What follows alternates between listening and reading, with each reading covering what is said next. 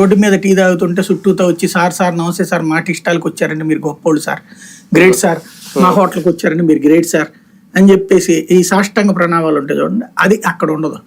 కాబట్టి ఎంపీ సీట్లు వీళ్ళకి నచ్చవు. ఇంకోటి కేంద్ర మంత్రులు ఎవరు కూడా కదా. నిజంగా అయితే కనుక ఈయన కష్టపడి ఉంటే కనుక ఈయన ఆ ఎంపీకి కనుక సెట్ చేసుకుని ఉంటే రేపు పొద్దున ఒకవేళ పొరపాటున కనుక కేంద్ర ప్రభుత్వంలో చేరటానికి వీళ్ళు కనుక దిగారంటే ఖచ్చితంగా బీసీకి ఇప్పిస్తాడు మంత్రి పదవి. ఆ రూట్ లో సాధించుకునేవాడు. కాబట్టి అక్కడ 542 మందిలో ఒకళ్ళు, ఇక్కడ 175లో ఒకళ్ళు. ఆ తేడా మాత్రమే వీళ్ళకి కనిపిస్తుంది.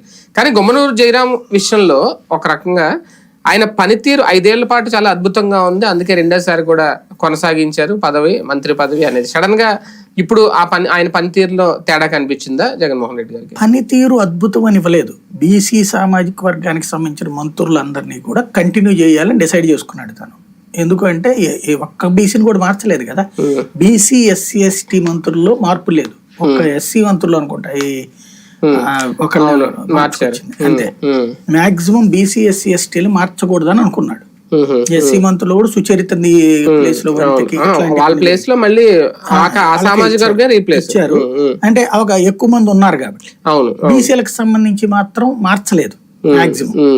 ఎందుకు అంటే వాళ్ళకి ఆ బ్యాక్ బోన్ అని చూపించాలని కదా అతని ప్రయత్నం. నేను బ్యాక్ బోన్ ఉంటాను అన్నటువంటిది, అందుకోసం కొనసాగించారు బీసీ మంత్రులు. ఉత్తరాంధ్రలో మహిళా మంత్రి ఆమె పేరేదో ఉంటది, పాముల పుష్పశ్రీ, ఆమెను మార్చారు. ఆమె కూడా బీసీ కదా, పుష్పశ్రీ.